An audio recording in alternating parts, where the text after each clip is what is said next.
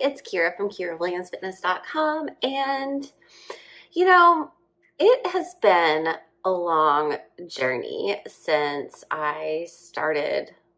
I started losing weight like 20 years ago, and I've been a personal trainer for almost 14 years, which is really what prompted me to want to talk about this. But before I get into the ins and outs of my personal fitness journey and the 14 really important lessons that I'm going to share with you guys, I want to let you know that mentorship spots are finally open.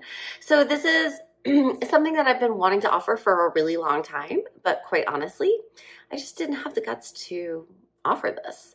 I've always worked with people in a sort of one-on-one kind of setting through Commit to Fit, where we all start at the same time and we wrap up at the same time, and we utilize like Facebook groups. But in this mentorship program, this is going to be something completely unlike anything I've ever offered before, because you're going to have the opportunity, you and I are going to have I shouldn't say you, because we are going to have the opportunity to text with each other.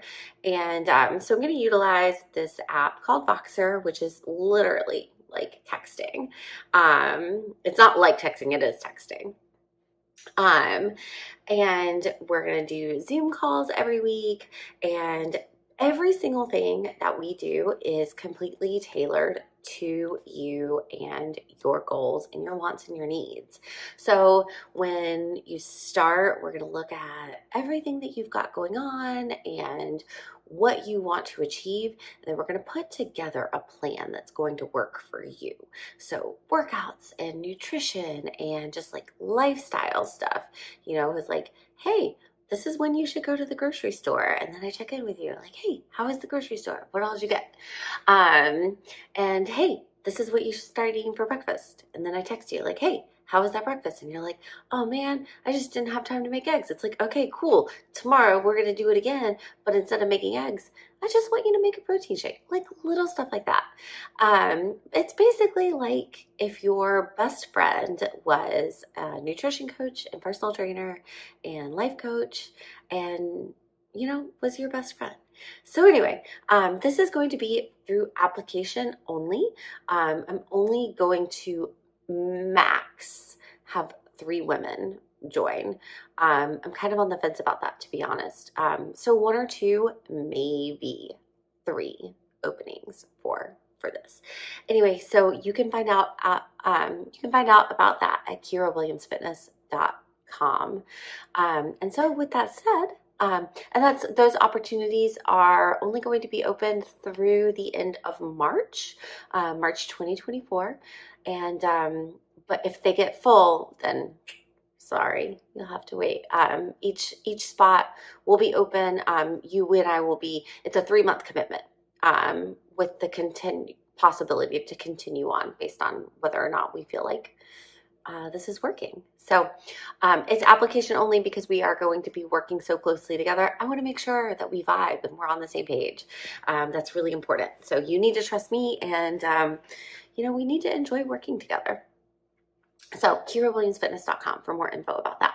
So with that said, a little bit about my journey. I'm going to go over this briefly because I really want to get into the 14 points. I like to use my channel as a way to teach, but it's always of value to learn where I came from, where your teacher came from. So back when I was in my early 20s, I was typical college kid. I ate terrible, and I just got to a point where like I absolutely hated how I looked and how I felt. I'm pretty vain. I mean, I'm not gonna lie. There's nothing wrong with that. I want to look good. And I did not like how I looked. I had cellulite on my thighs. The inseams of my jeans busted open on a pretty regular basis, and it was really embarrassing. And I didn't want to go up a jean size. I was totally in denial. And so I was like, all right, well, I guess I gotta lose weight. So I started doing cardio. Lots and lots of cardio every day, like at least an hour. I started counting my calories. I made sure that I only ate 1,000 calories a day, which is crazy.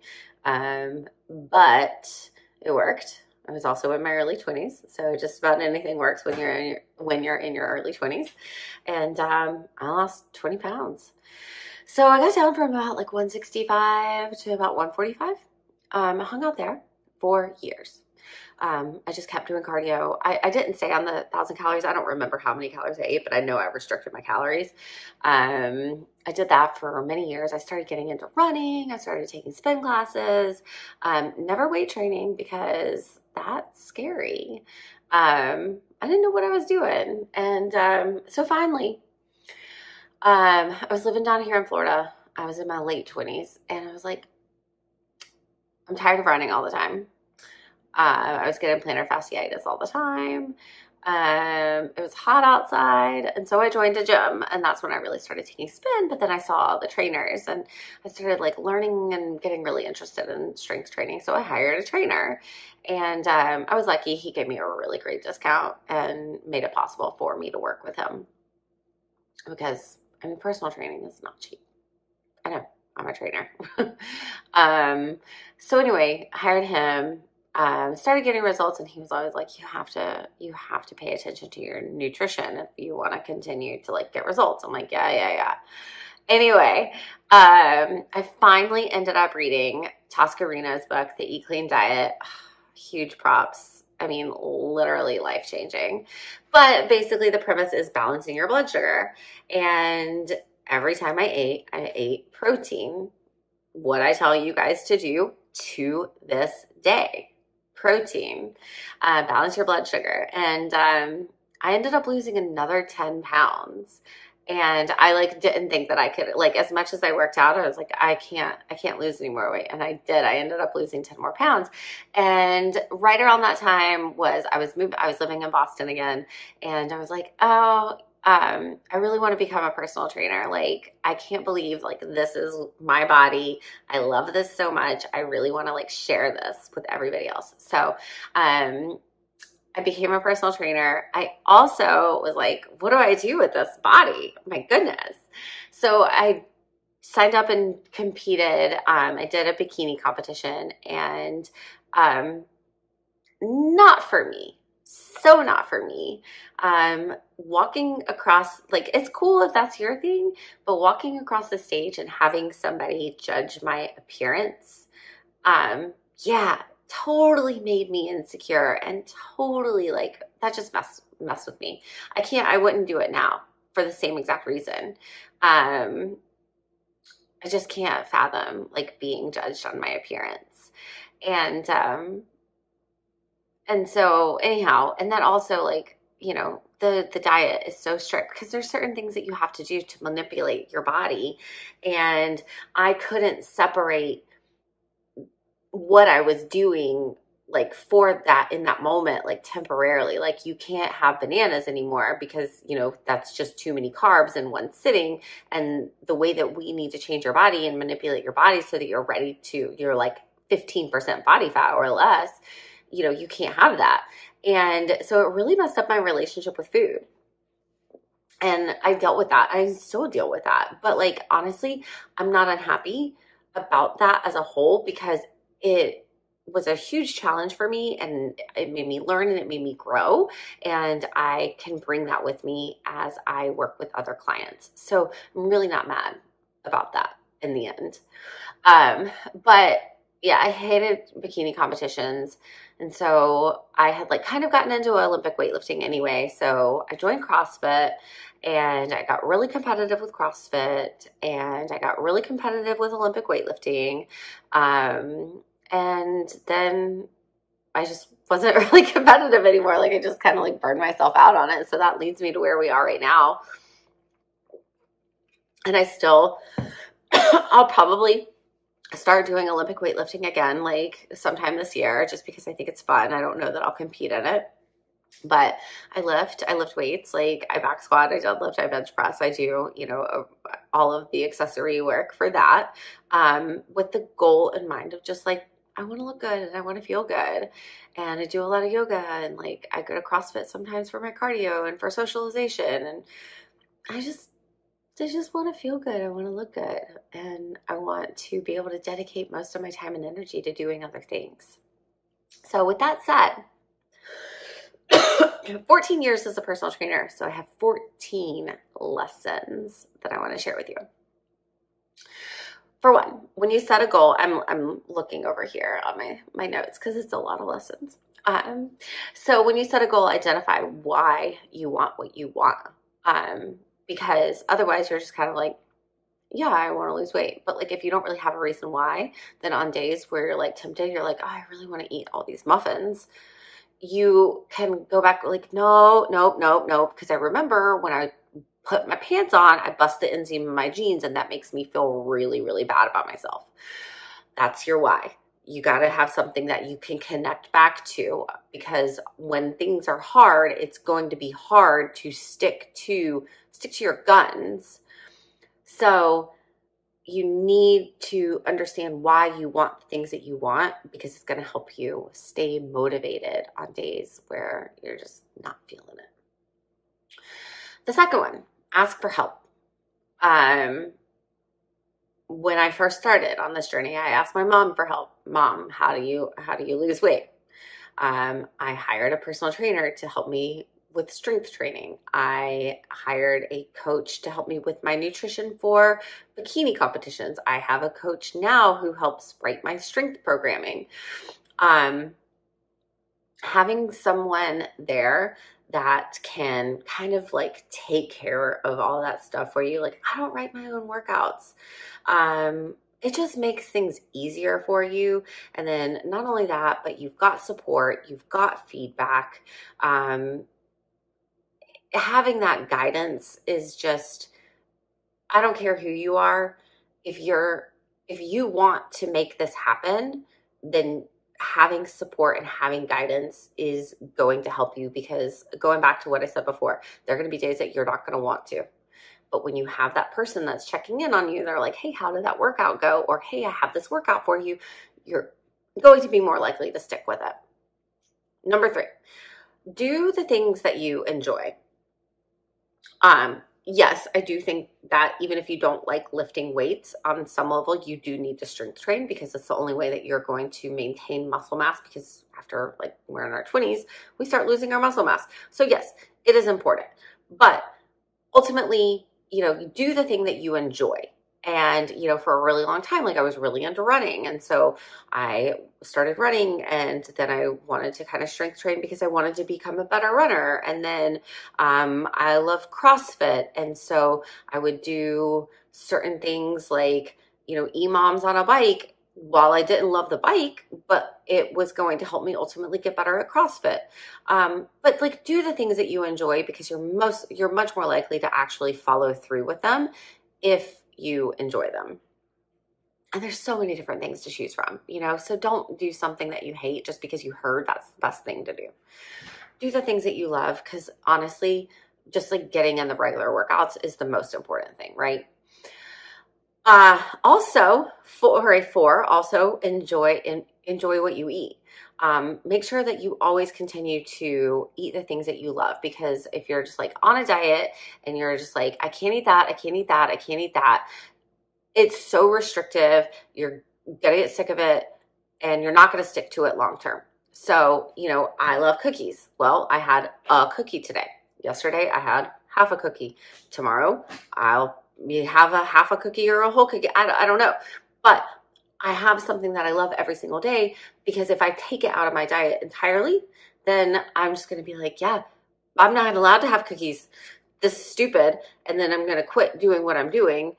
So I'm probably better off just having a cookie a day, or rather than just being like, I can't have any cookies, and then the very next day, like completely overdo it on the cookies. Like, that's silly. So just a little bit of something that you love every single day. And like, you don't have to eat gross food. Like, the thought of having like fish and asparagus every night for dinner, or like egg whites and broccoli, like, no, I want to eat food that I like. Like, I don't want a salad every day for lunch. So today I had roasted butternut squash and mushrooms and red peppers with my ground turkey and sweet potato, and it was delicious. Eat foods that you love. Don't force feed yourself stuff you don't like just because you heard it's good for you. And if you're just like, oh, well, I think I have to eat, fish and asparagus, to hire me. I will help you. Seriously. That's ridiculous. You should be able to eat things that you like. Your relationship with food is really important. This is number 5. Your relationship with food is important. If you are working with someone or you are just trying to white knuckle your way through things, you could just be screwing up your relationship with food. This is not going to be sustainable short-term or long-term. You're white knuckling things like that's just awful. And it's going to only be short-lived. But when you focus on your relationship with food and you make that a priority alongside healthy eating, which you can do both at the same time, that's the ultimate win right there. Because your relationship with food is important. So just counting macros, like, it's great. It's the means to getting the physique you want, sure, but there needs to be more substance to it. And that is something, like, when you work with me, we're going to be talking about, like, why did you eat the things that you ate and why aren't you eating other things? I'm going to ask you those questions. We're going to look at this stuff, period. Again, number 6, this is not a sprint. I have been doing this for 20 years, right? 20 years. I'm going to be doing it for another, I'm 42, so another, hopefully 6 more decades. And this is something, like, we're not just like, life is going to change a lot over the next 60 years for me. So I need to figure out a way that I can continue to eat healthy and continue to work out and continue to maintain a healthy relationship with food, all the while during these, like, life changes. And, we always have our health. Now, our health might be good, our health might be bad. We always have blood pressure. Our blood pressure might be good, our blood pressure might be bad, but we always have it. So, and we're always going to eat. Whether you eat good stuff or you eat bad stuff, you're always going to have this in your life. So you may as well figure out a way to make it good for where you at right now. And then when your life changes again, make it good for that. And then when your life changes again, make it good for that. You always have to be kind of pivoting. You always have to be ready to be flexible. This is not a sprint. This is lifestyle. Number 7, protein. Protein is your best friend. Pairing protein with every single meal is going to help you balance your blood sugar. That's going to help make it possible for you to lose fat, and it's going to help keep cravings at bay. It's going to keep you fuller longer. Protein is your best friend. So a gram per pound that you weigh at least every day. Cool? Lifting weights. Lifting weights is the fountain of youth, because after we're in our mid-20s, our muscle mass starts to decline, which that's going to make us less sensitive to insulin. So it's going to make fat gain a lot easier. It's going to, losing fat, what else? Or losing muscle atrophy. It's going to make you weaker. It's going to make your bones weaker. Lift weights. It helps balance your hormones. It helps give those calories somewhere to go. So that way you can, like, eat more food and it's doing something. It's not just accumulating as fat, it accumulates as muscle. So lift weights. Poor quality food. This is number 9. Poor quality food will wreck your digestion, cause inflammation.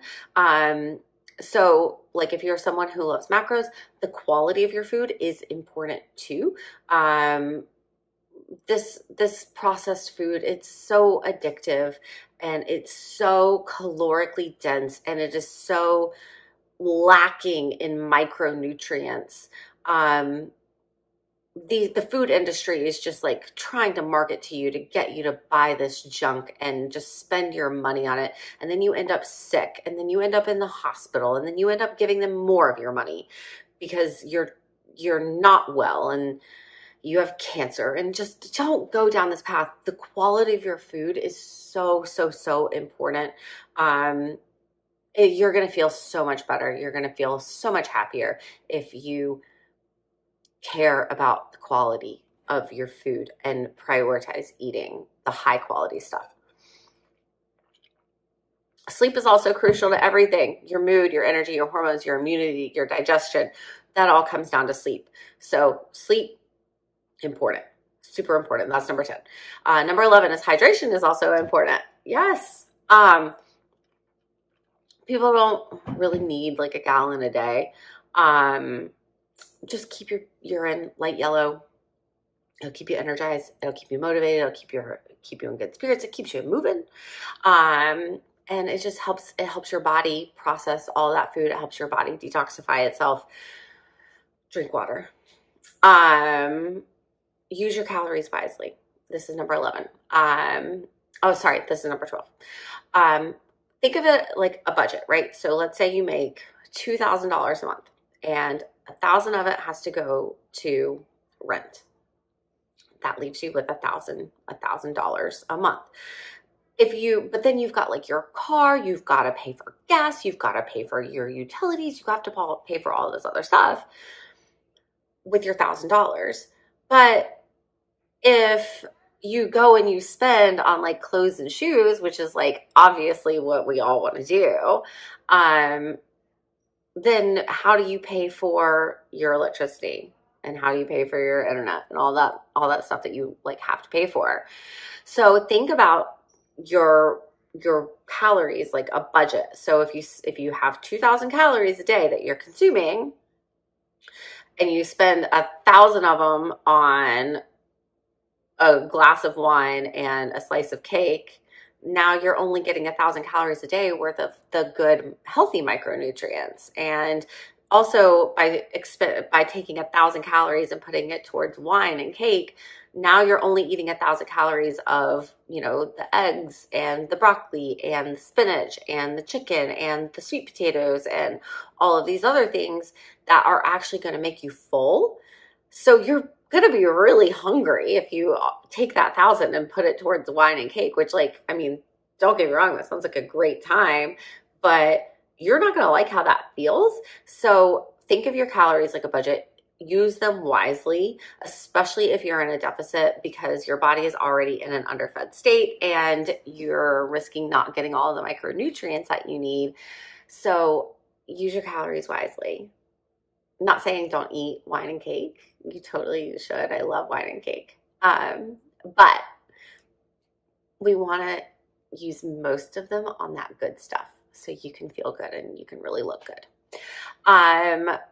Number 13, slow down. Breathe, be present, allow your nervous system to chill, because so much of your life is spent in this fight or flight, stress kind of mode. So we don't ever allow ourselves to have that time to do that rest and digest. And it's so important. This is going to help you make better decisions. It's going to help you live in alignment with your goals. And it's also going to help with your body's processes like your metabolism and your digestion and your immunity and your hormones.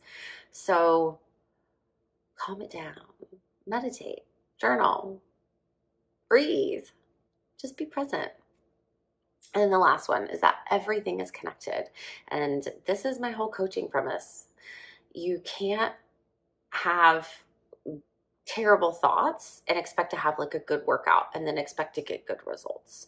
You can't have a poor relationship with food and try and be restrictive, but then also expect to feel good and get good results. But then at the same time, like if you've got really great thoughts, you've got a good relationship with food, you've got your good workouts, and you're probably going to get good results. Like everything is connected. This is all holistic. Your mind, your hormones, your digestion, your musculoskeletal system, like all of this stuff is connected. And when you work with me, you can expect to work with someone who understands how connected it all is. So like If you have a really stressful, bad week, then you know what? Your PMS week is probably going to be a little bit harder than it was last month when you didn't have a really stressful week prior or leading into it. Or if you have been super stressed out one week, then the next week, your eating is probably going to be off, and you have to recognize that it has something to do with your external stress. So we approach it in a very, very holistic manner. And if you just try and say it's like one little thing in a vacuum, I think you're doing yourself a huge disservice there. Anyway, so those are my 14 tips. I hope you enjoyed this, and please let me know what you want to hear in the future from me, and I'll record another video, record another podcast, make another blog post. Anyway, and check out the mentorship program, KyraWilliamsFitness.com. Thanks for watching.